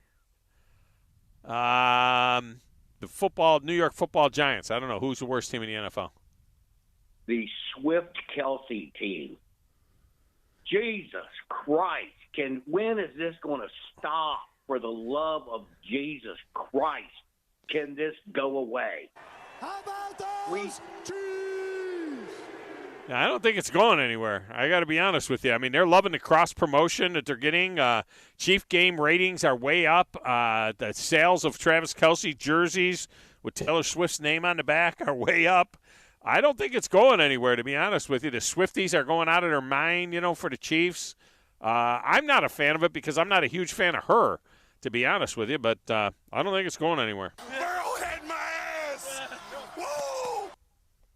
Who was that chick?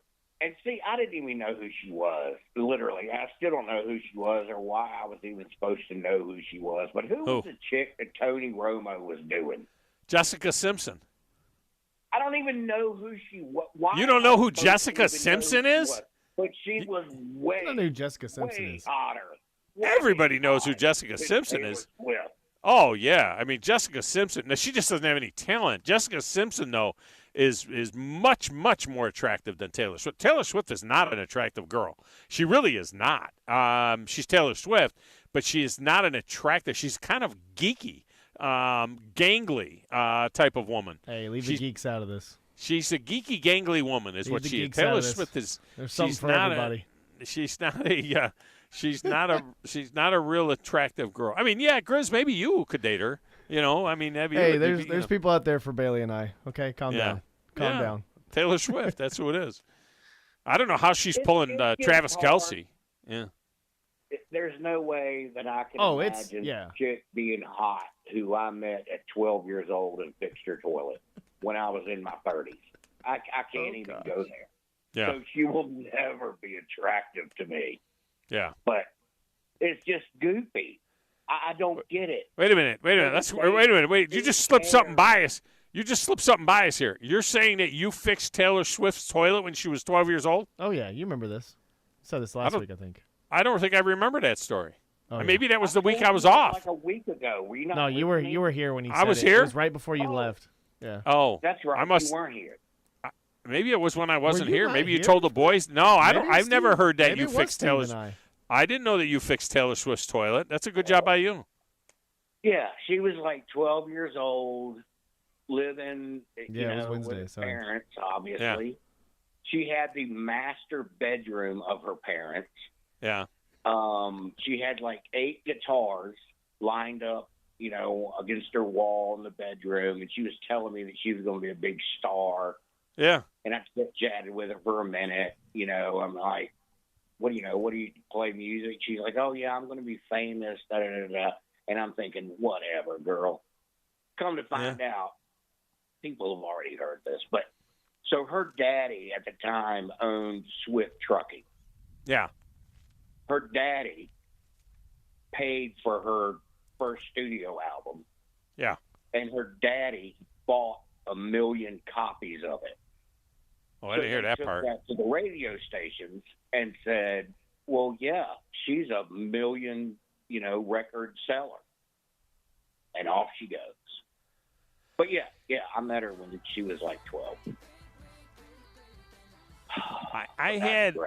There you go. I had dinner with her dad before the Jeff Fisher roast her dad was sat at our table, and with Chris Mortensen and me and Merrill Hodge and my wife and Taylor Swift's daddy, and he was telling us all these Taylor Swift stories and everything else, how she wrote all those songs when she was 12 years old and 13 years old and all that stuff. You know, Paul McCartney told me once it wasn't cool to name drop. Yeah. I'm just saying. Yeah, that's a good point. That's a good point. Look, so Wolverine Danica. Yeah. I felt so bad for him this weekend. I literally wrote a song for him. Do you want to hear it? I want to hear the song you wrote for Wolverine Dan, yeah. It's a parody. I want to see if you get the parody. Okay. Of who it is. 1, 2, 3, 4. Wolverine, Wolverine, Wolverine, Danica, Danica, Danica, Wolverine, Wolverine, Wolverine, Danica, Danica. Oh, Saturday night was not really good because Michigan really sucks. And Sunday didn't get no better at all because your Lions suck too.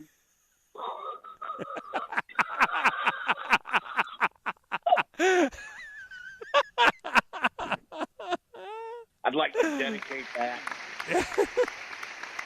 to Wolverine. That was good. It's not exactly Shane and the Moneymakers, you know what I'm saying, but I mean, it's not bad. Good Lord. That's fantastic. I know the tune. I can't think of the original song that you ripped it off from, but I know the tune. Was that a Bruce Springsteen song? No, it's not Bruce. No, Bruce Springsteen. No, that was like the Bengals or something. Who was it? The Eagles? Who was it? The perfect dude to match Wolverine Danica, because you know he was a hairdresser, right? Yeah. And he's proud of it. Who was it? That's Elton John, Saturday Oh, night. Elton John. Yeah, Saturday night. Saturday night's all right for fighting? Okay. Yes. Okay. But not for Michigan.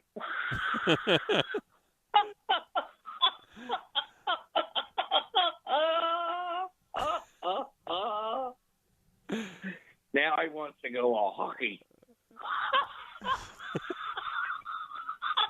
Hey, those Red Wings look good, though, man. Those Red Wings are 5-1. Look, okay, back to seriousness now. Yeah. So I won. By the way, why do you call it a trifecta when it's a quadfecta? Because it's a trifecta. You get a point on the big board if you hit the trifecta, which is the first 3 games. And then the 4th game is the bonus to see who gets fed. And you get an extra point for the bonus question. So you got all 4, so you got 2 points.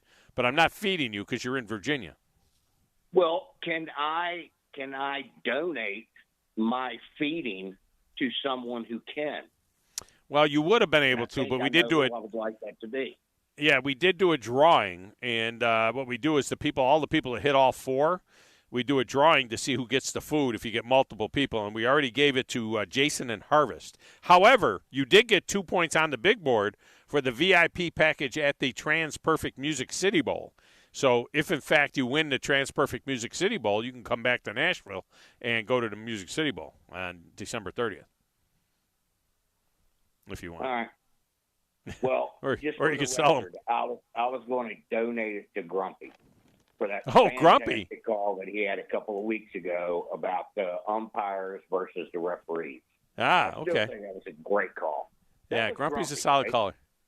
Yeah. I could see you and Grumpy are kind of like kindred spirits. All right, Philip, that's a good job by you.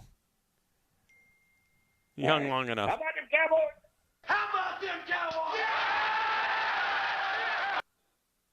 All right, we got a rebuttal. Okay, we got a rebuttal. Hey, put them on the air. Yeah, that's right. He's an idiot.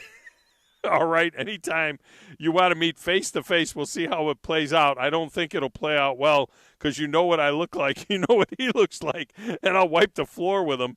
The only feed he eats, his grain, it comes out of a bucket that horse face or out of a truck. Wait a minute. How does Wolverine Dan know what the Phillip looks like?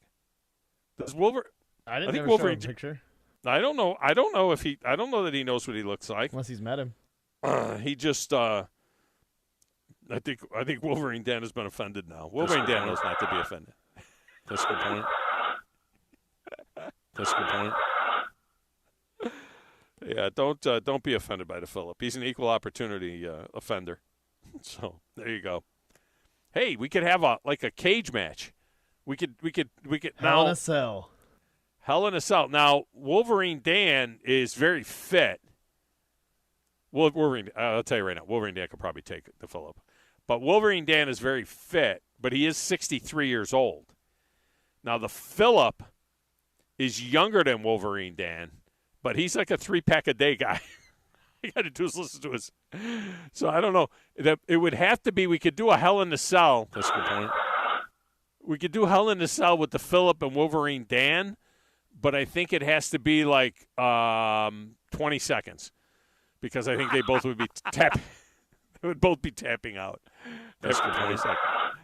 Let me get Paulie in the cape in here because Paulie would just hire somebody. See, if I put Paulie in this group for Hell in a Cell, Paulie would just hire a guy to whack both of these guys. Paulie, welcome to the show. How are you? Exactly, and have a cool adult beverage watching it all. Yeah. Yeah. That's a good point. First of all, he used the song Gloria.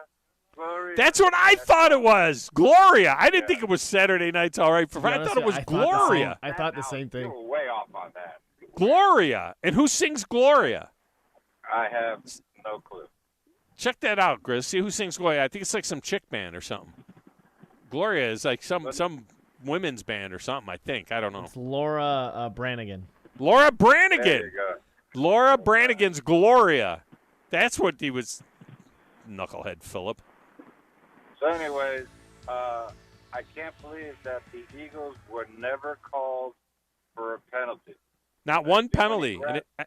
Not one, and he grabs his face mask right there and know it. But our tackle pushes him with one step, not drove him into the ground, not sent him 20 feet going the other way, like what happened to Tua when he got his first concussion. And that ref is throwing that flag out before before the guy stopped running backwards. Yeah. Oh, you got to be kidding me. And Yeah. that's twice where the referee stalls the Dolphins and gives the other team a second chance. I mean, come on. Yeah, the score was a little bit. It's amazing how close their numbers were. Tua and Jalen Hurts, they were almost identical. Jalen Hurts' numbers were a little bit better, in the rating because he had the 2 touchdowns and one less. He had one more completion. They both had the same amount of attempt, but the yards were the same. And when Jalen Hurts throws the pick 6 and it's 17-17, I'm thinking the Dolphins got a chance here. I was jumping up and down like, yeah, here we go. And then, don't get me wrong. We got to address the offensive line, and hopefully we can find somebody before the trade deadline. I mean, hopefully after the bye week, our defense gets a little more stout with everybody coming back a little healthier. But overall, I'm telling you, the referees, like the fella before said, you got to be kidding me. Like you said, the guy in the stand was the only one who catch that ball, and they call the penalty. These refs are really, really screwing up some games and changing the outcome and changing the whole fabric of the game and the momentum. Yeah, the call in the Browns-Colts game was bad. I mean, they put the ball on a 1-yard line because it was interference in the end zone. But, I mean, I don't know why somebody's not running over and saying, wait a minute, that's uncatchable. Because uncatchable is a thing. Uncatchable offsets interference. It was interference. There's no doubt it was. But the ball was so badly overthrown. I mean, it was 10 feet over the head of the receiver in the end zone. However, the ball was on the 1-yard line, so I don't know that – or the ball was on the 8-yard line. So we can't automatically say that Cleveland's not going to score from the 8 either. And the last thing I want to point out, the tush push or the brotherly push. Yeah. When you look at it, when you dissect this, and especially, you can see what I'm talking about when you look at the overview shot of when that formation is set up. Yeah. I find that the NFL is not going to ban this because you turn that quarterback into a 1,000-pound player with 3 guys behind him. Let me ask you a question. So if by chance it's muddy and the offensive line doesn't get the grip, when does his forward momentum stop? When the 3 other guys stop pushing him? I mean, I think that's where it needs to be, when he stops moving. The funny thing is that since they allow it to happen, and you remember, this, that for, the NFL is 105 years old now, 104 years old. For 95 years, it was illegal. I mean, you couldn't. Aiding the runner was an illegal move. It was, so for 95% of the, history of the NFL, that was an illegal play. So it's just been legal the last few years. The thing is that it's only the Philadelphia Eagles that are really making it work in the NFL. They have done it 48 times and have been successful 41 times. The rest of the NFL has only made that play work 11 times, and the Eagles have done it 41 times. The brotherly shove is what they call it. I like to see the video when it didn't work to see what was the key element that stopped all that weight going forward. So it's really the center. To be honest with you, they got a Hall of Fame center in Travis Kelce. It's the center. In Jason Kelce. It's the center. When it doesn't work, it doesn't work because of penetration into two A gaps. Yeah, well, gotcha. And but still, it just turns the quarterback Hurts into a 1,000-pound player, and that's morphing 800 pounds behind you. And I think that's illegal. I think that's unfair because all the other days either you jumped over the line, you catapulted yourself over, or it was just machismo versus machismo. And back it in. When you stop the runner, when you finally stop this forward progress, is because you stopped him, not three other guys behind him. Yeah. That's what my point is. You're stopping now 4 people, not 1. And I think that's not right. Good job by you, Paulie. And the Dolphins rule. Yeah. I'd be concerned over the fact that the Dolphins in their 5 wins of the teams they beat in their 5 wins have a total of 5 wins. I'd be concerned about that. I'd be concerned. All right, Paulie, good job by you. Later. All right, let's get a break. Come back and wrap it up next. 97.7 ESPN The Zone.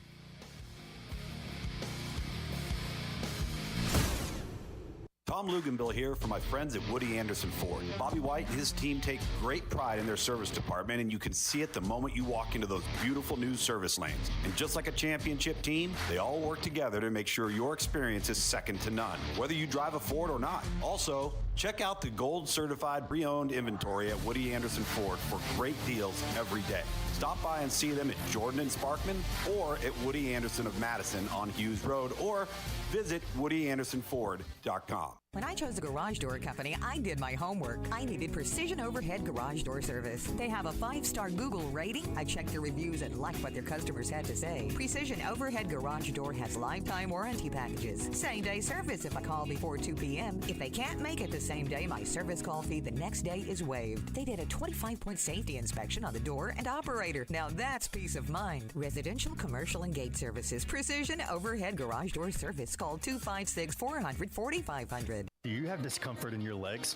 Varicose veins can affect not only how your legs look, but how they feel. Symptoms of varicose veins include pain, swelling, aching, heaviness, and fatigue. Dr. Tracy Lowry of Best Vein Care of Huntsville can diagnose and treat your varicose veins with the latest minimally invasive techniques. Diagnosis and treatment is covered by most insurances. Call 256-715-7151 to schedule your free screening. Go to bestveincarehuntsville.com. The best place to get 50s diner-style homemade delectables is Bubby's Diner. Located at 8412 Whitesburg Drive Southeast, try their all-new expanded breakfast menu with homemade waffles, omelets, and shrimp and grits. With 3 generations of experience, Chris Bubby Belcher has the best burgers in town. Don't forget to leave without a homemade pie or a hand-spun milkshake. Give Bubby's a call today at 256-513-8080. Bubby's Diner, home of the donut burger. Alumni Hall is the ultimate shopping experience for Alabama and Auburn fans. Located right here in Huntsville, come shop the best selection of officially licensed apparel, accessory, and gifts. Alumni Hall has the newest products from Nike, Under Armour, Yeti, New Era, Champion, Columbia, Southern Tide, Peter Millar, and more. And you can earn cash back with their Hall Pass rewards. Alumni Hall, located in the Bridge Street Shopping Center, or shop anytime at alumnihall.com. Alumni Hall, where fans shop. Look the part. Go to Alumni Hall. Listen each Friday to the Woody Anderson Ford High School Football Scoreboard Show, powered by the Huntsville Sports Commission on 97.7 ESPN The Zone. 2, 2. 1, 2, 3, 4. Wolverine, Wolverine, Wolverine, Danica, Danica, Danica, Wolverine, Wolverine, Wolverine, Danica, Danica. Oh, Saturday night was not really good because Michigan really sucked, and Sunday didn't get no better at all because your Lions suck. He started out with Gloria and then switched. Saturday night's all right for fighting. He did. He started out with Gloria. He started off strong. That's the reason why the first time I wanted to say it. The second, yeah, I didn't know the second part. Gracious. That is funny. All right. Let me just tell you on our way out the door that my good friends at Pond La Hockey Giordano are there for you. When you've been injured, whether it's been in a work accident or in a car accident or whatever, Pond La Hockey Giordano are there for you. You can get personalized and dedicated legal support from Pond La Hockey at 855-774-3838. That's 855-774-3838. Harry says, shades of the Buckhorn Band talking points. Tread lightly on the Taylor Swift looks comments. The Swifties can be brutal if you raise their ire. To which I responded to Harry. I responded to Harry by saying, I don't think the Swifties are listening to this show. You never know. They're out there now. They are everywhere, but I don't think I got too many. They're everywhere. Philip says, you know what? You think about it, it was Gloria. Yes, Philip. Yes, Philip, we know. It was Gloria.